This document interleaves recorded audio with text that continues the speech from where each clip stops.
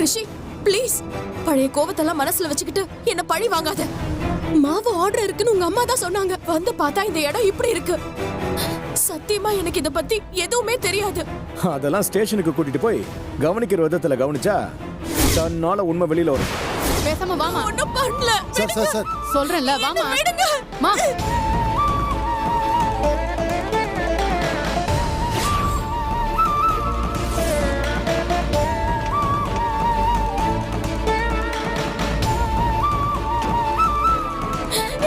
விடுங்க, விடுங்க.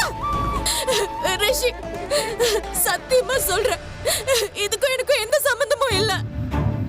பழைய பகைய மனசுல வச்சுக்காத ரிஷி. தயவு செஞ்சு என்ன விட்டுடு. என்னது சம்பந்தம் இல்லையா? என்ன வேணான்னு சொல்லிட்டு எப்படி அசிங்கப்படுத்திட்டு போன?